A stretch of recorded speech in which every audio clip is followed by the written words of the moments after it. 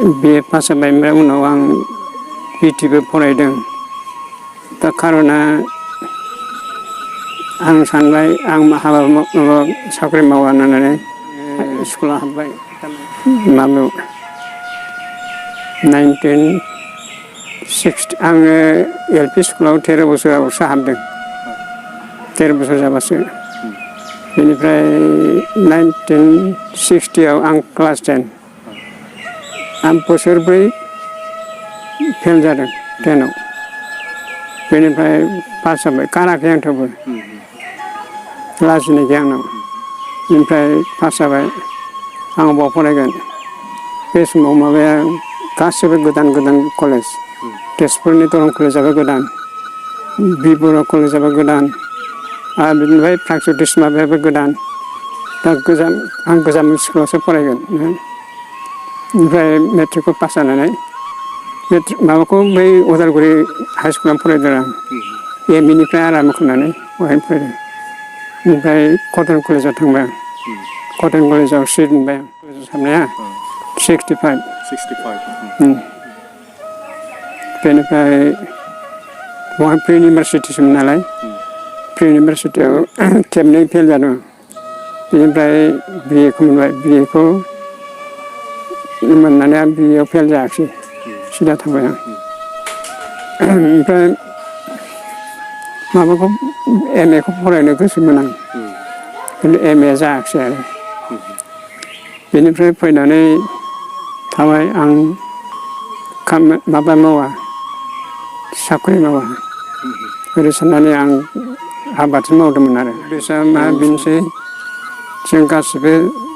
सोब खेत्र'आव सांग्रां जानांगौ धोरोमल' नङा धोरोमजों लोगोसे जोंनि हुदाफ्रा जोंनि आखल आखुफ्रा साननाय हनायफ्रा थिग जानांगौ बेबायदि साननानै बेबायदिखौ आं ओंखारबाय आरो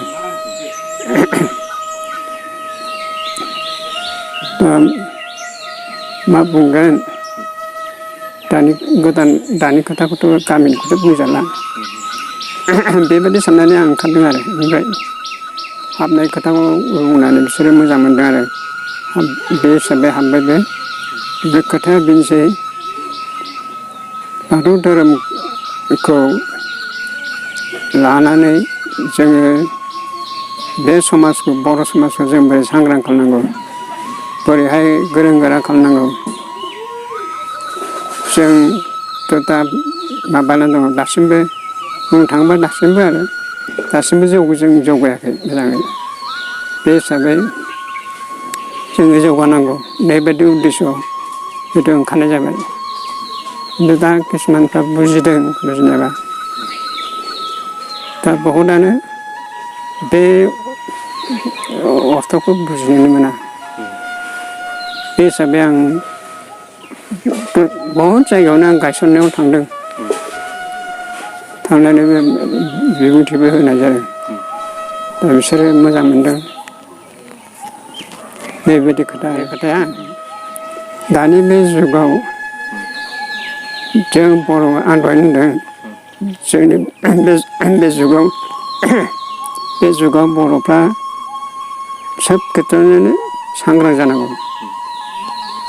जों खालि जानाय लोंनायबाल' जाया जोंनि न'खरनि जौगानाय न'खरनि गथ' गथायफोरनि सिक्खा दिक्खा न'खरनि आब्रुथि ओमफ्राय समाजनि बर' हारिनि सोब खेत्र'आव जोङो मोजाङै जौगालांनांगौ आरो गियाना लानांगौ गियाननि अनगायै जेबो गैया बे संसाराव गियाननि अनगायै गोथार जेबो बुस्थु बे माबा संसाराव गैया ओंखायनो गियाना गोनां गियाना बै धर्मनिफ्रायसो फैयो धर्म गैयाबा गियान गैया आरो गियान गैयाबा बे जुनाद बादि जायो बेखायनो गियानासो गोनां जों मानसि जानानै मालायजों नांलाय खमलाय बुलाय सोलाय जाब्ला बेखौ मानसि होनगोन ना होना बेखौ जुनादसो होनगोन भुला बयबो जाखायो भुलखौ जाय भुल खालामदों बेबो बुजिदोंबा बे फोसाबनांगौ सोलायनांगौ आरो जाय जाय मानसिया भुल खालामदों बे खोनाग्रा मानसियाबो बेखौ गाज्रि मोननो नाङा थाथों बे बिनि आखु नों बिदि बुंनाङा होननानै एसे बुंजायो फंनैसो बेबायदि खोथा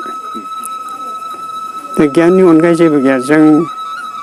दासिमबो जौगानो हायाखै लासिं सिं आं मोनो दा बेखायनो दा बाथौ माबायाव थाबायो जों दा माने दासिमबो डक्टर जानो हायाखै खुब खम असमियाफ्रा बहुत डक्टरेट दङ दिनै असमिया हिनजावफ्राबो डक्टरेट बहुत दङ खिन्थु जोंनि बर'फ्रा दासिमबो गैया हिनजाव मानसिफ्रा दा अबे बिहामजोआ दा डक्टरेट जासिगोन बे आंनि बिहामजो आंनि गथ' उकिलनि बिहामजो LLM माबानाय फरायनाय पास जानाय बेबायदि डक्टर जानांगौ बेबायदि गियानि गुनि जानांगौ जों मानो बे गथ'फोरखौ खांनानै जाब जुब खालामबा जायाना बियो जुनादसो जाहैयो बेफोरबायदिया गियान गैया जायो गथ'फोरखौ खांनांगौ गियान होनांगौ फोरोंनांगौ बेबायदिसो बे जों बयनावबो आत्मा दं दा सि दङ बे सि दङ बे सिया सोर बे सिजौनि सिजौ माने इसोर संस्कृतआ परमात्मा होनो परमात्मा माने इसोर बे परम आत्मानि आत्माया जोंनो बयनावबो दं जों सोर जों बे सासे इसोरनि फिसा नंगौना नङा जिखुनु मानसियानो जा जिखुनु हारि दं बे पृथ्वीयाव बहुत हारि दं हाजार हाजार हारि दं बायदिसिना जिब जुनार दङ बायदिसिना दाउ दं बायदिसिना एम्फौ एनला दं दा बेफोरबोथ' बे सासे इसोरानो सोरजिनाय बिसोरखौ अननांगौ जोंनि बाथौ धर्मआ बिदिसो बुङो आंनि नुनायाव दै आंनि स्टाडियाव बेबायदिसो बेनि अनगायै माबा गैया सैथो माबा गैया खौरां गैया